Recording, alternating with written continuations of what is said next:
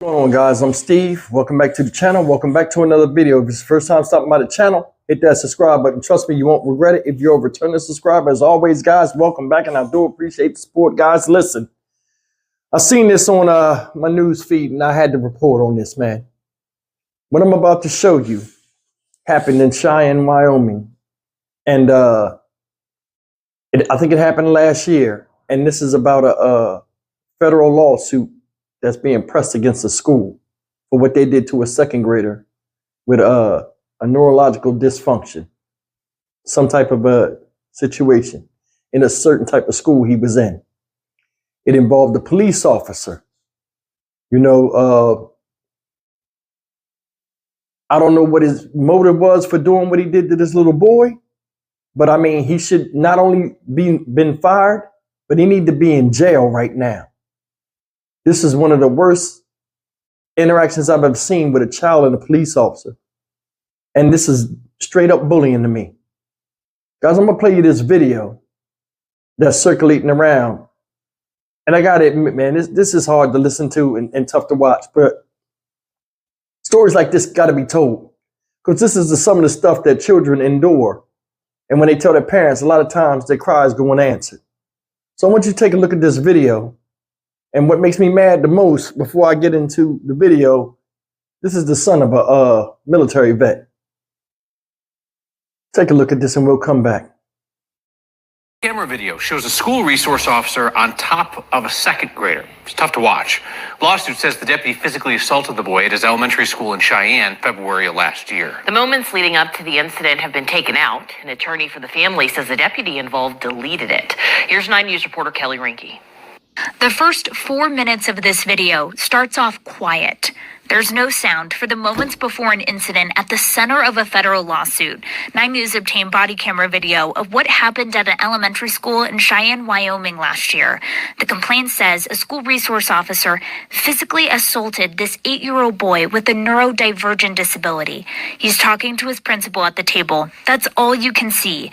And what happens next is difficult to watch. There's a very sharp edit cut in the video.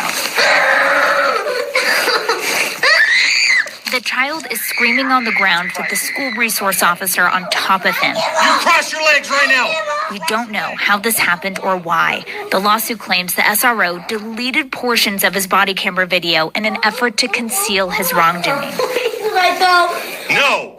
No, you don't get to win this now. It's all me. Do you understand me? Before this happens, the complaint says the principal and a teacher were talking to the boy about his behavior at lunch. They didn't ask the SRO for help, but when the child tried to walk away, the lawsuit says the SRO grabbed the boy's arm, took him into a conference room, and slammed his face onto the floor. After this happens, the boy's father comes to the school. So I don't understand why you're putting your hands on him if he will be hurting anyone. Because as a law enforcement officer, that's my primary function. As the student seems to try to catch his breath, the SRO tells the dad he put the boy on the ground after he kicked a chair and fought back. He also got a bloody nose. He tried biting my hand. And then I put his face on, face down on the ground. The lawsuit says the SRO violated school policies, and the boy didn't do anything wrong that required use of force. Fight me again. The Laramie County School District says the deputy is not an SRO at their schools anymore. According to the lawsuit, that deputy still works for the sheriff's office in Wyoming. That's terrifying. I mean, holy cow, it's a grown man against a little boy. And I guess just people's word versus one another's about what happened during the blackout. Yeah, we clearly just don't know. There is kind of like a description in the lawsuit based on reports that were taken that day on what may have happened in between that time. But as far as video evidence, it appears that is non-existent. All right, guys. I seen that and was outraged. And I was outraged for 3 things. First thing is this. That's a school where that boy has special needs. Problem wasn't even yours, sir. And you went and interfered. Did you hear what they said? Said the teacher was talking. He had an outburst. Cop just grabbed him, snatched him, took him away from the teacher, took him in a room. He gonna give him his own sort of correction. That ain't your child, sir. And these aides and these teachers are more than experienced in dealing with said student and his condition, not you. See what he did in there? That boy was terrified. Holding him on the ground. You talking to him like he's an adult. Got his hands pinned behind his back. He screaming, I give up. I'm sorry. All kind of stuff. Before that, y'all was sitting on the ground. You was sitting down here on his level. He was crying and getting it all out. How did it turn to kicking and fighting and screaming? I think you tried to extend your will and scare this child, but it had a negative effect because your way of discipline is different than how he's disciplined at home and how he's handled with such outbursts. So the outcome would be negative. But you don't know that because he ain't your kid. And a lot of people deal with kids a certain way because they're not their kids. He should have never touched that boy. Should have never been involved in it. The boy wasn't a threat to nobody, didn't hurt anybody. Why are you even in it? See? Want to do law and order on a second grader. That little boy hyperventilating and everything. You don't know what kind of impact he got. Number two is this.